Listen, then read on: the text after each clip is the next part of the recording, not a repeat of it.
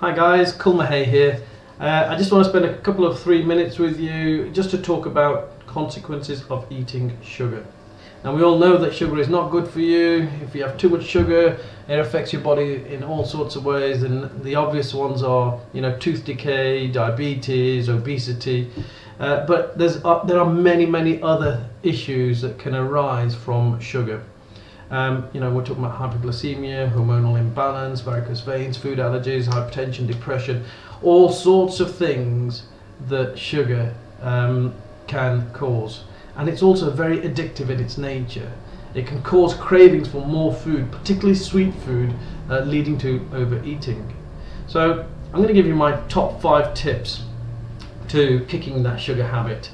So sugar is everywhere. It's abundant. It's all over the place. And so the first thing to do is to know the sneaky names for sugar. Read the food labels. Get rid of those condiments and sauces and dressings with sugar in them, and learn how to make condiments, learn how to make dressings without the sugar. Everything that is normally made at home tends to be healthier than what you buy in a packet. Number 2, eat fruit.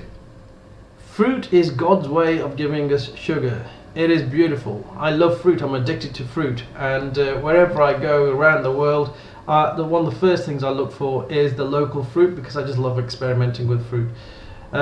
Fruit is a great way of controlling your calories, but one thing I would say is stay away from dried fruit and sweetened fruit, because it's not always as healthy as one might think. Number 3, avoid artificial sweeteners. Artificial sweeteners are nothing more than a crutch. They don't actually get rid of that craving that you have for sugar. They are an emotional crutch that you're using to overcome that or replace that sugar craving. There's also studies that have been carried out that show that they can actually make you crave sugar, and not to mention the other studies that talk about the other dangerous potential side effects, such as cancer with sweeteners. Worth bearing in mind, sweeteners are not always the answer.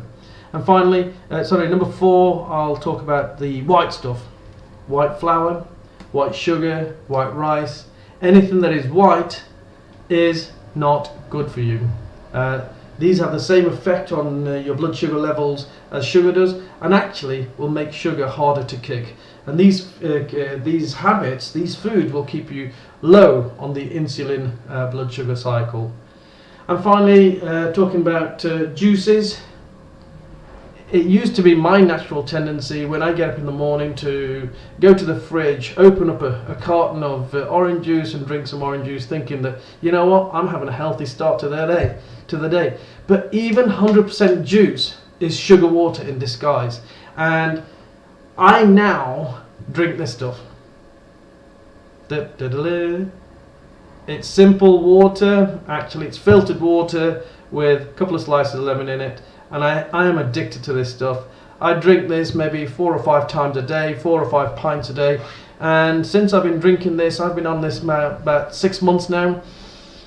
I feel great, I feel energized, I feel healthy inside, I feel awake, I feel like I'm really moving forward. And actually it affects so many other things. It affects my skin, it affects your internal health, your external health, and your mindset. So get into that water. Water is really good for you.